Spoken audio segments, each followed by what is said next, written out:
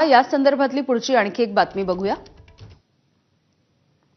आपल्यावरच्या कारवाईच्या संदर्भात ईडी अधिकाऱ्यांवरती वरून कोणाचा तरी दबाव होता असा दावा सुद्धा खासदार संजय राऊतांनी केलाय। ईडी अधिकाऱ्याने वरती बोलून घेण्याचा सल्लाही राऊतांना दिला होता असं राऊतांनी आपल्या नरकातला स्वर्ग या पुस्तकामध्ये म्हटलंय। मात्र आपल्यावरती केवळ बाळासाहेब ठाकरे आहेत असं राऊत यांनी त्या अधिकाऱ्याला सुनावलं असंही या पुस्तकामध्ये नमूद करण्यात आलं।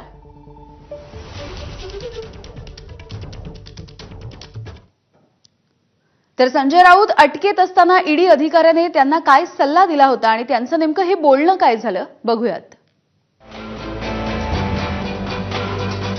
ईडी अधिकारी, डर नहीं लगता? संजय राउत, क्या मैं आपसे डरूं? इम्पॉसिबल। ईडी अधिकारी, सर एक बार आप ऊपर बात कर लो। संजय राउत, ऊपर? ईडी अधिकारी, हाँ सर, हमारा भी प्रेशर कम हो जाएगा। संजय राउत, ऊपर का मतलब? ईडी अधिकारी, आप पॉलिटिक्स में हो, आप समझ सकते हो। ऊपर बात करो, मेरे ऊपर कोई तो है लेकिन बता नहीं सकता। संजय राऊत, भैया बाळासाहेब ठाकरे हेच माझ्या ऊपर आहेत आणि त्यांच्याशी आता बोलणं शक्य नहीं। मैं आपके सामने झुक गया तो ऊपर जाकर वो मुझे माफ नहीं करेंगे, तो आप अपना काम कीजिए। पुन्हा एकदा बोलूयात। वेदांत, आपण बघतोय की आधीचं जे संभाषण होतं त्यानंतर आणखी एक हा दावा त्यांच्या पुस्तकामधल्या याच प्रकरणामधून की त्यांचं आणि ईडीच्या अधिकाऱ्याचं हे संभाषण झालेलं होतं आणि आपल्याला वरून कोणाचा तरी दबाव आहे, त्यामुळे तुम्ही सुद्धा वरती कोणाशी तरी बोला असा सल्ला त्या अधिकाऱ्याने राऊतांना दिलेला होता।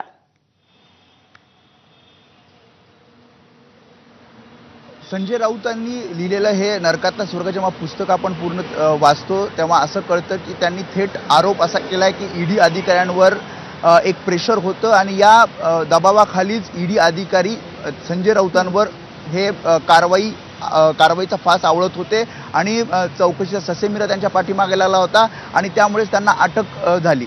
यामध्ये ईडी अधिकाऱ्यांना कशा प्रकारे प्रेशर होतं हे ऊपर कोण हे जे चॅप्टर आहे या पुस्तकातलं त्यामध्ये संजय राऊतांनी हा सगळा संवाद ईडी अधिकाऱ्यांसोबतचा त्यांनी मांडलेला आहे आणि ईडी अधिकाऱ्यांना वरतून प्रेशर असल्यामुळे थेट एका ईडी अधिकाऱ्यांनी संजय राऊतांना असं सांगितलं की आप ऊपर बात कीजिए। त्यावर संजय राऊत असं म्हणतात ऊपर कोण?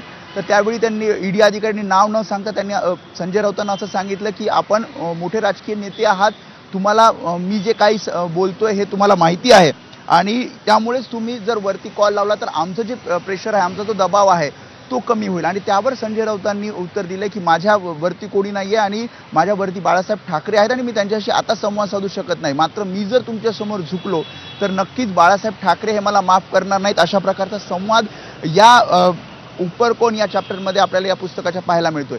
शिवाय यामध्ये महत्त्वाचं असं की या संपूर्ण पुस्तकामध्ये अनेक ठिकाणी ईडी अधिकाऱ्यांसोबत संजय राऊतांचा संवाद राऊतांनी यामध्ये मांडलेला आहे आणि हा संवाद मांडत असताना काही ईडी अधिकारी हम तो कठपुतली है अशा प्रकारे वारंवार संजय राऊतांना सांगत होते आणि आपण वरती बोलावं, वरती जर तुम्ही बोललात तर त्यातनं तू काहीतरी मार्ग निघेल, त्यातनं काहीतरी तुमच्या सुटकेसंदर्भात काहीतरी निर्णय होईल। मात्र संजय राऊत असं म्हणतात की मी ठरवलेलं होतं की मी झुकणार नाही आणि त्यामुळे मी पूर्णपणे चौकशीला ईडी कारवाईला सामोरे गेलो।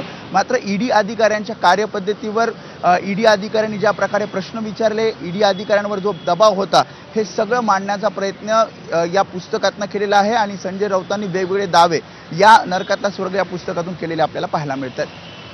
यामिनी, अगदी वेदांत, धन्यवाद या सगळ्या सविस्तर माहितीसाठी। पुढची बातमी बघूयात। कुख्यात दहशतवादी हाफिज सईद, मसूद अझहर